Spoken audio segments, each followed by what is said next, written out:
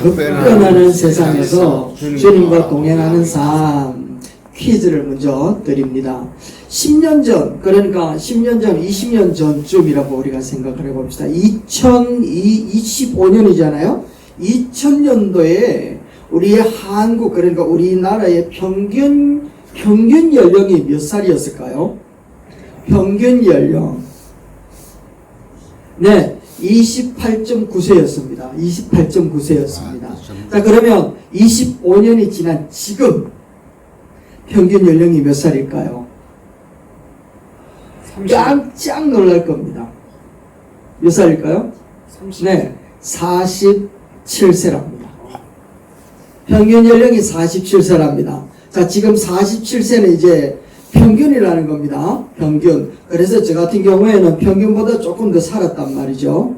그래서 가만히 생각을 해보니까 20년 전에는 28.9세, 그러니까 30세.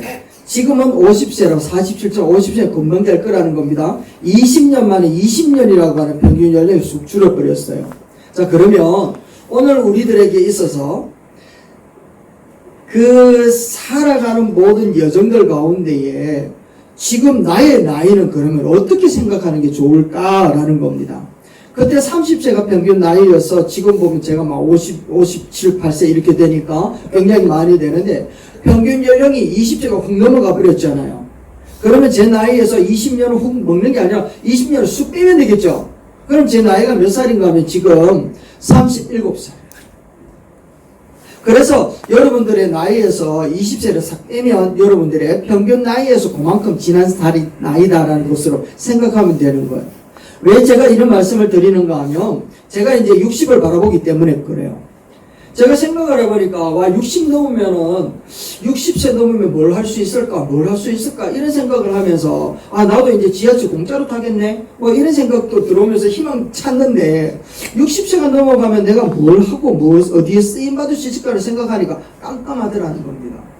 그런데 시간이 평균 연령이 40대에서 50대로 넘어가고 100세 시대가 되어지면서 제 나이에서 20세를 빼고 있는 그 나이가 지금 너의 나이다라고 이야기를 하니까 제 나이가 지금 37세라는 거예요. 그러니까 나이는 지금 곧 60세가 되지만 제 나이가 37세, 40세가 되는 게 뭐든지 하겠다 싶은 생각이 드는 거예요.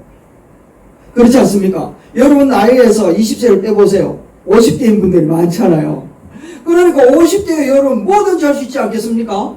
그런데 지금 내가 뭘 하지 않고 있다가 만약에 10년, 20년이 지난 다음에 앞으로 100세가 사는데 20년을 더 산다고 생각한다면 그때만큼 더 깜깜한 날이 없을 거라는 겁니다. 그래서 우리는 지금 생각할 때 지금 나이가 가장 어린 나이고 지금이 굉장히 젊은 때다 라고 하는 생각을 가지고 오늘 이 하루를 살아간다면 우리에게는 희망과 가능성 있지 않나 그런 생각을 해봅니다.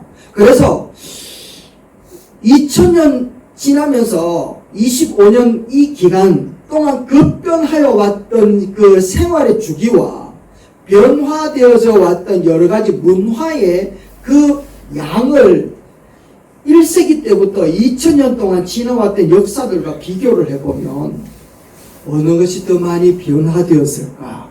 라는 것이라는 거예요. 제가 가만히 생각을 해봐도 2000년 이후 25년 동안 변화해 왔던 이것이 오히려 2000년 동안 변화되어 왔던 것보다 더 크면 크지 적진 않을 것이다 라고 이야기를 합니다. 그리고 앞으로 10년 후에는 지금보다 더 엄청나게 변화되어져 올 것이다 라고 이야기를 하면서 급변이라고 얘기를 합니다. 급변의 시대를 살아가고 있다 라고 이야기를 합니다. 이렇게 급변하는 시대에 살아가면서 기술이라든지 정보라든지 이런 가치관들이 계속해서 바뀐단 말이죠. 계속해서 바뀌는 가운데에 지금 우리들이 가지고 있는 이 신앙은 2000년 전이나 지금이나 마찬가지더라는 거예요. 누구만 바라본다? 예수만 바라보고 있다는 겁니다. 세상은 그 가치관이 계속해서 달라져 가고 있는데 우리들이 바라보고 붙들고 있는 신앙과 믿음은 그대로 그것만 붙들고 있으니 우리들의 생각에는 어떤 생각이 드는가 하면 내가 지금 억울함을 당하는데 세상 법정에 가서 내 권리를 찾아야 되지 않을까? 다들 이렇게 사는데 어느 정도 구리는 눈 감고 살아도 되지 않을까? 아니면 이대로 참아야 되나? 나만 손해봐야 되나? 라고 하는 그런 가치관의 변화가 믿음이라고 하는 이 세계 속에도 막 일어나고 있다라는 거예요. 이것을 한마디로 뭘 이야기하는 겁니까? 이렇게 얘기하는 겁니다. 인간적인 판단과 하나님 나라의 기준 사이에서 혼돈이 일어나고 있는 시대다 라고 이야기를 하는 거예요. 어떻게 살아야 할까? 라는 것을 이야기하는 겁니다. 내 경험과 내 성격과 내 가치관, 시대가 변화되어가는 이 급변하는 그 가치관대로 살아야 할 것인가? 아니면 하나님 나라의 하늘 지혜를 구하면서 살아야 할 것인가? 세상 사람들은요, 기독교 그러면 비웃습니다. 희한한 현상들이 일어나고 있단 말이죠. 그런 불안한 상황 가운데서 우리는 어떻게 기준을 잡아가야 될 것인가 하는 것을 생각하기 이전에 그럼 그 불안이 어디서 오는가라는 것을 한번 생각해 보십시다. 여러분, 불안이 어디서부터 오는 것일까요? 그 불안이 오는 그 이유는 어디에 있는가 하면 인간의 판단과 그 고집이 우리 마음의 왕자의 자리를 딱 또아리 틀고 있기 때문에 그래요. 뭐가 또아리 틀고 있다고요? 인간의 판단과 고집, 이게 마음의 왕자에 딱 자리 잡고 있는 거예요. 그래서 세상의 흐름 앞에 내가 가치 기준을 잡지 못하고 계속해서 흔들려갈 수밖에 없다라고 이야기하는 거예요. 내 생각이 옳다, 내 생각이 틀렸으니까 그거 안 돼 라고 하는 이런 빠른 결론, 결단, 이런 것들이 우리를 향하여서 다투게 만들고 우리를 넘어지게 만들고 심지어는 세상 사람들과 같이 똑같은 행동을 행하면서 부끄러운 자리에 서서도 부끄러워하지 않는 그런 사람들이 되어버리더라는 겁니다. 그런데 우리가 꼭 기억해야 될 것이 있습니다. 이 모든 시간의 주권자가 누구냐라는 것을 우리가 잊지 말아야 됩니다. 여러분에게 묻습니다. 모든 시간의 주권자가 누굽니까? 예수 그리스도 주님이신 줄 믿습니다. 아멘. 주님이 오늘도 우리와 함께하고 계신다는 겁니다. 바울 사도는 고린도 교회에 닥친 이 다툼과 소송의 문제를 이 급변하는 시대에서 흔들리지 않고 우리가 복된 자로서 크리스천으로서 살아갈 수 있는 유일한 길, 단 하나의 길을 보여주는데 그게 무엇인가 하면 바로 고난 속에서 주님과 동행해야 된다 라고 이야기합니다. 한번 따라합시다. 주님과 동행해야 됩니다. 다시 한번 눈을 떠서 다시 한번 주님과 동행해야 됩니다.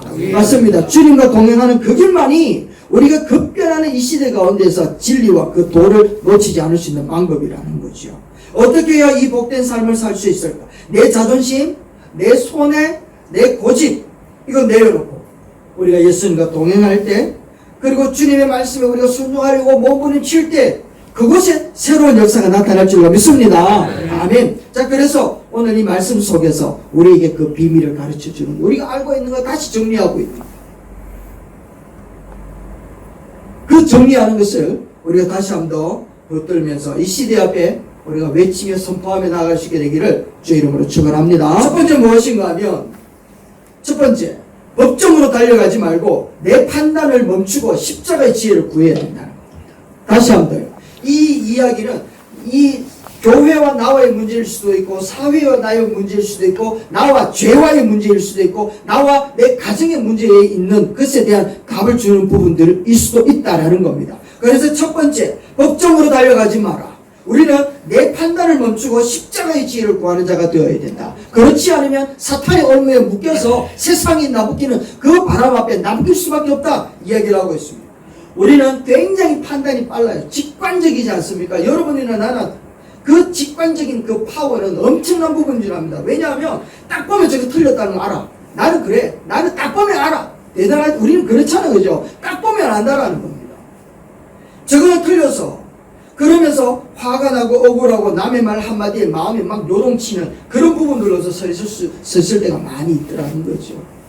그러나 주님과 동행하는 사람은 이런 직관적인 것으로 살아가는 게 아니라는 겁니다. 주님과 함께 동행하는 사람은 내 판단이 아니라 주님의 판단으로 살아가는 사람인 줄로 믿습니다. 아멘. 그래서 바울은 1절에서 이렇게 이야기하는 거예요. 고린도 교인들이 일어나는 여러 가지 소송적인 문제를 가지고 세상의 법정으로 가지고 간 거예요. 그러니까 바울이 막 그 자리에서 대노를 하는 겁니다. 교회 안에서 다툼이 일어나는데 어떻게 세상 법정으로 가지고 가노? 교회 안에서 그 정도도 판가름 내려줄 수 있는 지혜로운 사람도 없고 권위를 가진 사람이 없느냐라고 하면서 교회를 막 혼을 내고 있거든요. 그래서 성도들은 장차 천사까지도 심판할 그런 권위를 가진 존재다라고 이야기를 하는 거예요. 3절 말씀 한번 봅시다. 이렇게 이야기합니다. 같이 한번 읽어봅니다. 시작. 우리가 천사를 판단할 것을 너희가 알지 못하느냐. 그러하거든 하물며 세상 일이랴. 여러분, 우리는 천사들까지도 판단할 수 있는 그 지위가 되어져 있는 자들인 줄로 믿습니다. 그런데 그런 일들 하나까지도 우리가 판단하지 못하고 세상 사람들에게 가지고 가나 라고 이야기하는 거예요. 불의한 자들에게 그런 사소한 재판을 받는 것은 하나님이 주실 그 영광과 그 장차 주어질 그 지혜를 완전히 무시하는 행위다라고 얘기하는 거예요. 도대체 왜 이런 일이 일어나느냐라는 거예요. 도대체 왜 이런 일이 일어나느냐. 그것은 바로 옳고 그름에 대한 강한 판단과 고집 때문이라. 강한 판단과 고집 때문. 부부싸움을 해요. 우리들도 부부싸움 안 하는 게 아니라 부부싸움 하거든요. 집기 날라다니고 날라다니는 건 아니지만 부부싸움을 하는 겁니다. 부부싸움을 하다 보면 아내의 말이 100% 다 맞아요. 그런데 내가 미안하다는 말을 못하는 이유가 무엇인가 하면 미안하다는 말을 하는 순간 내가 지는 것 같아. 이 고집이 살아있으니까 그 다툼이 계속되는 거예요. 마찬가지라는 겁니다. 옳고 그름에 대한 강한 판단과 고집 때문에 내가 옳다고 생각하면 끝까지 밀어붙인다라는 거예요. 상대방의 잘못을 세상 앞에 확 드러내야 속이 시원하다라는 거예요. 영국의 유명한 마틴 로이드 존스 목사님이 설교를 하고 엄청 은혜가 넘쳤답니다. 그래서 전부 다 성도들 은혜를 받고 난 다음에 나가는데 주차장에서 막 성도들끼리 한판 붙었네. 한판 붙어가지고 결국에는 그 사소한 그 주차 문제 때문에 법정까지 갔다라는 거예요. 그 사실을 이제 목사님이 알고는 이렇게 이야기하는 겁니다. 둘 중에 누가 승리해도 그거는 교회가 승리한 거 아니다. 누가 승리했을까요? 사탄이 승리했다. 누가 승리해도 사탄이 승리했다. 그래서 이쪽이 이기든 저쪽이 이기든 세상 법정에서 그리스도인끼리 다투는 모습을 보고 세상에 하나님께 영광을 돌리겠느냐. 여러분, 우리는 하나님의 영광을 위하여 이 존재에 태어나서 이 존재의 창조가 되어져 가고 있는데 그런 사소한 일들 때문에 세상 사람들이 하나님 앞에 영광을 돌릴 수 있겠느냐? 라고 하는 그 질문 앞에 우리는 나 자신을 다시 돌아봐야 되지 않겠습니까? 7절 말씀이 그렇게 기록하는 겁니다. 보세요. 여러분이 서로 소송을 제기하는 것부터가 벌써 여러분의 실패를 뜻합니다. 왜? 차라리 불의를 당해주지 못합니까? 왜 차라리 속아주지 못합니까? 교회 안에서 불의를 용납하라는 것은 아닙니다. 교인들끼리 싸우는 사이에 그 다툼에서 이긴다라는 게 과연 뭘까요? 여러분 한 번만 생각을 해보십시오. 상대방은 무릎 꿇리고 잘못을 자백하면 이게 이긴 것이 될까요? 우리가 세상에서 얻는 그런 세상적인 승리가 교회 안에서도 자꾸만 그걸 얻으려고 하고 있다. 이거는 영적으로 패배와 맞바꾼 것이라는 것을 이야기합니다. 이것이 가정에서도 마찬가지입니다. 아까도 말씀드렸잖아요. 저희 아내한테 그걸 둘 다 실패라는 거예요. 기도 안 돼요. 하나님 앞 은혜 없어요. 우리 모두가 마지막에는 십자가, 그러니까 예수님 앞에 설 자는 사람들이잖아요. 다 예수님 앞에 다 설 사람들이잖아요. 그리고 그 자리에 서서 차라리 속아주고 차라리 피해 당해주고 차라리 기다려준 것이 오히려 더 잘했다 칭찬받지 않겠습니까? 세상적인 승리를 얻기 위해서 그리스도의 사랑과 이 공동체의 정신을 잃어버리는 그 자체가 영적인 패배다라고 이야기합니다. 인간관계에서도 이야기해요. 인간관계에서 얘기합니다. 차라리 억울함 속에서 예수님의 십자가의 희생을 본받아서 불의를 감수하는 것, 그것이 주님과 동행하는 삶의 방식이라면 우리는 그 길을 걸어가야 되지 않겠습니까? 그래서 진정한 이김이라는 것은 예수 그리스도의 십자가를 닮아서 불의를 감수하는 용기, 그것이 바로 신앙이고 믿음이지 않겠습니까? 내 생각이 옳다고 여겨져도 주님은 어떻게 보시는지, 주님은 어떻게 판단하실지 먼저 물어보는 것. 그래서 법적으로 가지 마라. 선악을 알게 하는 나무의 실과를 따먹지 말라 하신 이유가 어디에 있는가 하면 선악은 누가 판가름해요? 주님이 판가름한다. 너거는 선악을 따먹지 마라. 따먹지 마라. 대신에 옆에 있는 생명수 나무를 따먹으라 얘기하는 거예요. 우리는 자꾸만 선악을 하는 나무를 따먹고서 선악을 판가름하는데 하나님처럼 되어버린다. 그래서 첫 번째, 우리가 주님과 동행하기 위해서는 옳고 그름에 대한 직관적인 능력을 우리에게 주신 하나님의 은혜라면 그것을 가지고 우리는 잠시 스탑, 그리고 생각합시다. 주님이라면 하면서 주님의 판단을 기다리고 그 길을 걸어가는 것, 그것이 주님과 동행하는 사람의 모습인 줄로 믿습니다. 그래서 바울은 다시 한번 8절에 이렇게 이야기합니다. 단호하게 이야기를 하는 겁니다. 8절에 한번 보세요. 이렇게 이야기하는 겁니다. 그런데 도리어 여러분 자신이 불의를 행하고 속여 빼앗고 있고 그것도 신도들에게 그런 짓을 하고 있습니다. 라고 얘기를 하고 있단 말이죠. 선악을 판가름하고 그 평가를 하는 그 마음 가운데 나도 뭐하고 있단 말이에요. 지금 불의를 행하고 있다. 그래서 바울은 죄를 인정하고 하나님의 나라를 바라보라고 얘기를 하고 있다는 겁니다. 나의 죄를 인정하고 우리는 하나님의 나라를 바라보는 그런 자리에 설 때 우리가 하나님과 동행할 수 있는 거룩한 주의 자녀들이 된다는 겁니다. 예수님을 믿고도 하나님의 말씀대로 살지 않고 불의한 방법으로 살면서 거짓말로 속이고 빼앗는 자들이 있다면 그것만큼 참으로 통탄할 일이 없다라고 이야기를 합니다. 오늘 집사님이 하나님 나는 이렇게 봉사하고 이렇게 충성하고 이렇게 헌신하고 이 모든 것들을 다 하고 이 모든 희생을 다 하는데 하나님 왜 저 집사님은 하나님이 그렇게 귀하게 쓰고 중요한 일을 하게 하고 하나님 보지 참 선한 모습으로 살게 하십니까? 나는 왜 안 됩니까? 나는 왜 안 됩니까? 그래 하나님 앞에 기도했다. 그러니까 하나님이 갑자기 막 은혜가 막 내려오더니 하는 말씀이 뭔가 하면 니는 더럽다 이거. 니는 겉으로 보기에는 황금칠에 놓은 것처럼 보이고 너는 스펙도 뛰어나고 너는 모든 헌신과 모든 충성들이 있지만 근데 너는 속을 비워서 깨끗하게 한 사람이 아니다. 네 안에는 더럽고 지저분한 것들이 있다.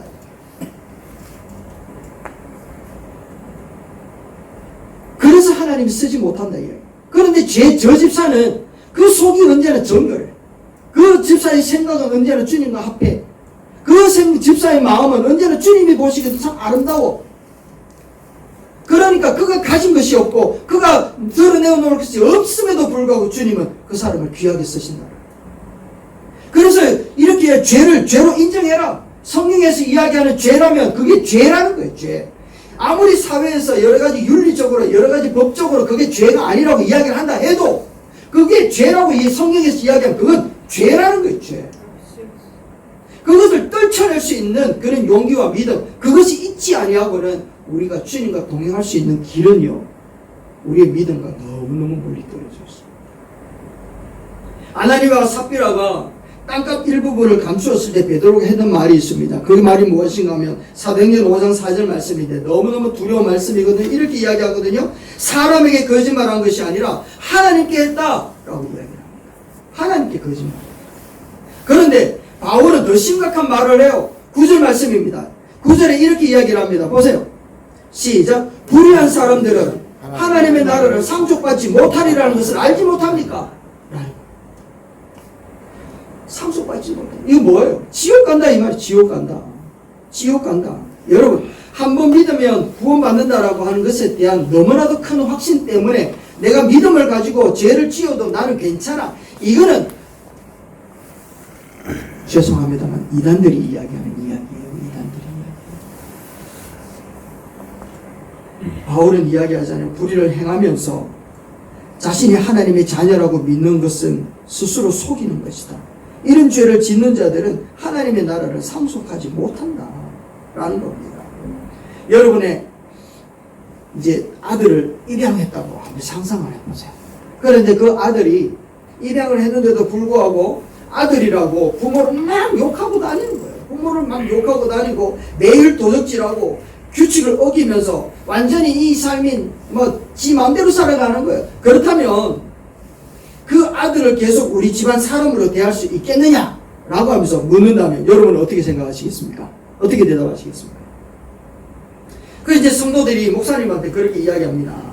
목사님, 징계하고 돌이키게 해야죠. 돌아오게 해야죠. 라고 이야기합니다. 마찬가지다. 목사님이 이렇게 이야기하는, 하나님께서 죄를 짓는 우리를 무조건 용납만 하실 것이라는 생각은 교만입니다. 우리 하나님은요, 우리가 죄를 끊고 돌이켜 회개하기를 원하고 있지, 죄를 묻은 그 자체로 회개했다라고 착각하지 마라 얘기하는 겁니다. 그래서 뭘 인정해라? 죄를 인정해라. 그리고 하나님을 바라봐라. 라고 얘기를 합니다. 죄가 아니라고 여기는 순간 회개할까요? 안 할까요? 회개 안 합니다. 회개할 가능성이 사라지면 하나님의 심판도 사라지는 거예요.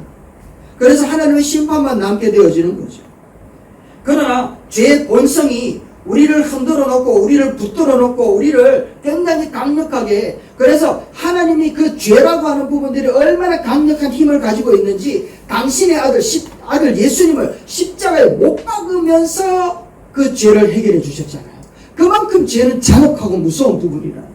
그런데 그 죄의 본성을 우리가 이겨낼 수 있는 방법이 있다면 그것은 바로 오직 하나, 예수 그리스도의 십자가의 복음인 줄로 믿습니다.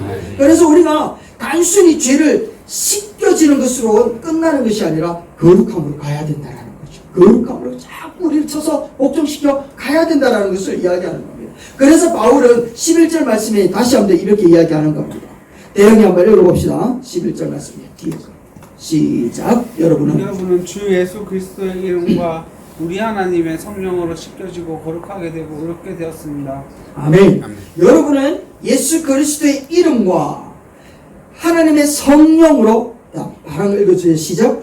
씻겨지고 거룩하게 되고 의롭게 되었습니다. 할렐루야. 이제 지켜나가야지.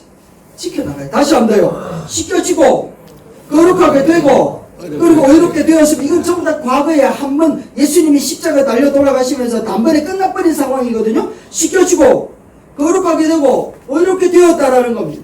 그러니까 이제는 내 안에 옛사람이 있어 없어요? 없다라는 겁니다. 근데 자꾸만 죄라고 하는 것이 우리에게 찾아와가지고 우리를 유혹한단 말이에요. 우리를 상황 가운데서 우리의 직관적인 부분들로서 너를 드러내라고 이야기를 한단 말이에요. 그때 우리는 뭐라고 이야기해야 됩니까? 나는 씻겨졌다. 나는 거룩하고 나는 의로운 자다. 선포해야 되는 줄로 믿습니다. 선포하셔야 되는 거예요. 이미 구원을 완벽하게 이루어 놓으셨잖아요. 여러분, 진짜 예수 믿는 사람하고 믿는다고 착각하는 사람이 있습니다. 다시 한번요. 진짜 믿는 사람과 진짜 믿는다고 착각하는 사람이 있어요. 차이가 어디에 있겠냐.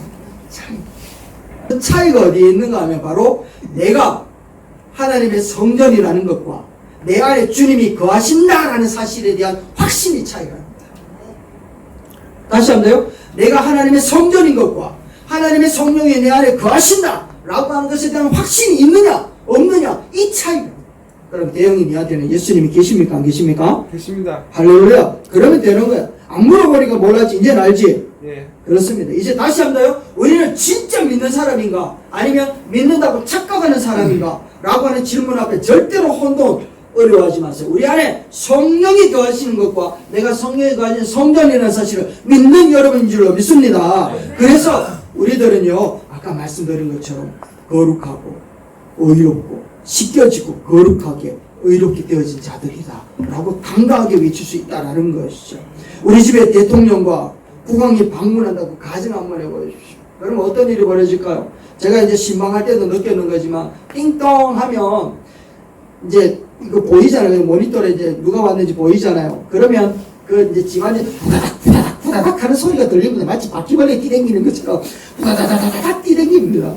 왜 그런지 뻔히 알죠. 막 지 맘대로 앉아있다가 목사님 신방 오니까 깜짝 놀래가지고 파자마 바람에서 바지 입는 소리 이런 거 난단 말이에요.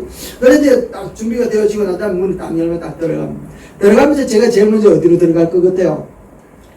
작은 방, 문 닫혀있는 방 먼저 들어가려고 딱 폼 잡으면 나 혼비백산이 됩니다. 목사님! 거긴 안 돼요! 여러분, 일개 목사가 신방을 와도 지저분하고 더러운 것들은 치우잖아요. 그냥 이거는 예의잖아, 예의. 그런데 그 일개 목사보다도 더 크고 크시고 더 위대하고 더 어마무시한 그 성령님께서 내 안에 좌정하시고 거하신다 하는데 내 안에 더러운 거 그거 그대로 두면 되겠나 안 되겠나? 안 되는 거 뻔히 알면서 왜 우리는 그걸 그대로 끌어안고도 내가 믿는 사람이라고 이야기하냐라는 거예요. 그러면 안 된다라는 거죠. 우리들의 신분은 좀 전에도 말씀드렸습니다만 천사들까지도 판단할 수 있는 하나님의 그 거룩한 신분까지도 격상되어져 있는 존재들이라는 겁니다.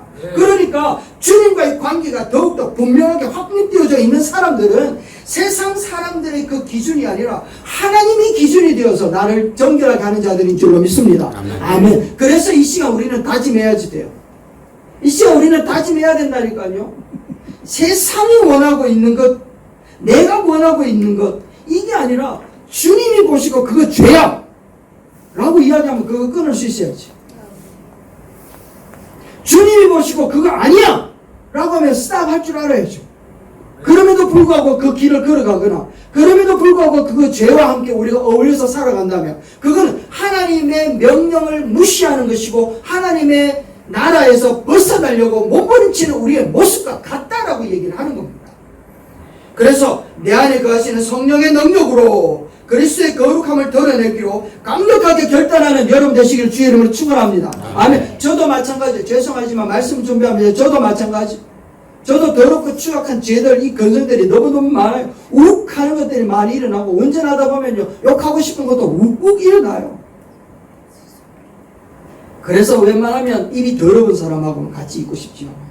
왜냐하면 내 옛사람들이 묻어가지고 나올 때가 많거든. 그래서 자꾸 거룩한 사람하고 있으려고 이야기를 해요. 그래야 나도 모르게 내 안에 거하고 있는 성령님이 튀어나오거든. 그래서 거룩한 자들과 함께 어울려서 살아가는 게 필요하다는 거예요. 성도의 교제가 그래서 필요하다는 것을 이야기하는 거예요. 결론입니다. 여러분, 고린도 교회의 이 부끄럽고 이 참 안타까운 이런 현실들이 오늘 우리 가운데 나타나면서 세상의 가치관과 인간적인 고집들이 그리스도의 삶 가운데서 나타남으로 막 무너져가고 있는 그런 시대에 살아가고 있단 말이죠.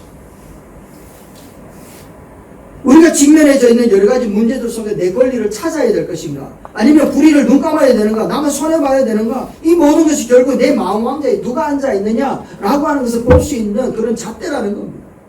우리는 이 시간 세 가지를 확정했습니다. 그 첫 번째가 무엇인가 하면 세상의 판단을 이제는 멈추자.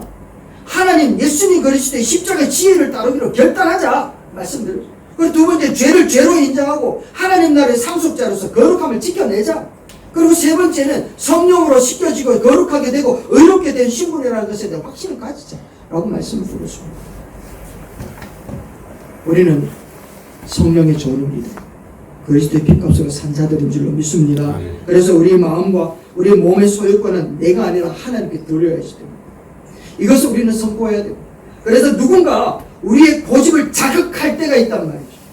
잠시 멈추고 주님 앞에 물어봐야 돼요. 십자가의 지혜를 찾아야 됩니다.